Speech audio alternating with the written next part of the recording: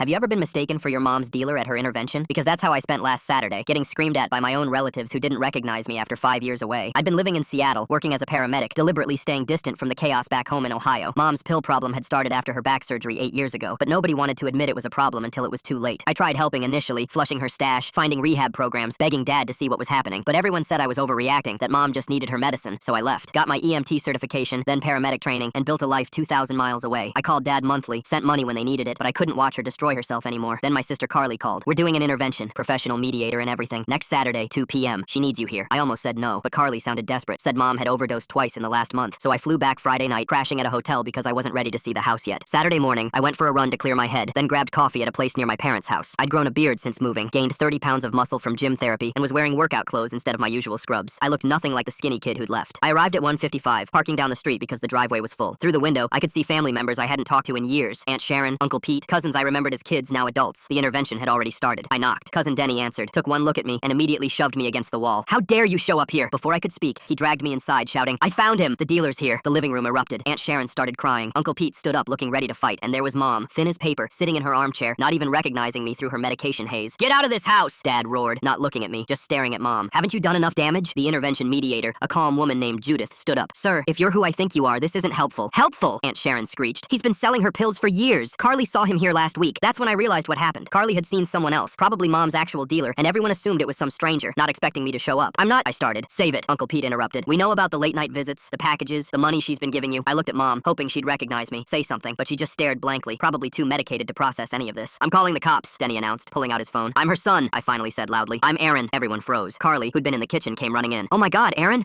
you look so different. You think I'm Mom's dealer? I looked around the room at their faces, shame replacing anger. I'm a paramedic in Seattle. I haven't been home in 5 years because none of you would admit she had a problem. Dad sank into his chair. Aaron? Yeah, Dad. The son you told was being dramatic when I said Mom needed help. Judith, the mediator, cleared her throat. Perhaps we should refocus on why we're here. My own family thought I was drug dealer, I said. That's how far removed I've become trying to protect myself from this. Mom suddenly spoke, her voice rough. Aaron's here? I knelt beside her chair. Yeah, Mom, I'm here. She touched my face, confused by the beard. You got big. You got small, I said, trying not to cry. The intervention continued, but the energy had shifted. The family that had been ready to attack a stranger now had to face the son they'd driven away. When it came my turn to read my letter to Mom, I talked about finding her unconscious when I was 17, doing CPR until the ambulance arrived, how that moment made me become a paramedic. I save strangers every day, I told her, but I couldn't save you because nobody would let me try. Mom went to rehab that night. She's been clean 6 months now. She calls me every Sunday from her sober living facility. We're rebuilding, slowly. The family still feels awkward around me. Denny apologized about 50 times for shoving me. Aunt Sharon sends me guilt cookies monthly, but at least they finally admitted there was a problem. Last week, Mom said something that broke my heart. I'm glad they thought you were my dealer. Why? Because it means you came back looking strong and healthy, not broken like I expected. I didn't ruin you too. I told her she never ruined me, just taught me that sometimes you have to save yourself before you can save anyone else, even your own mother.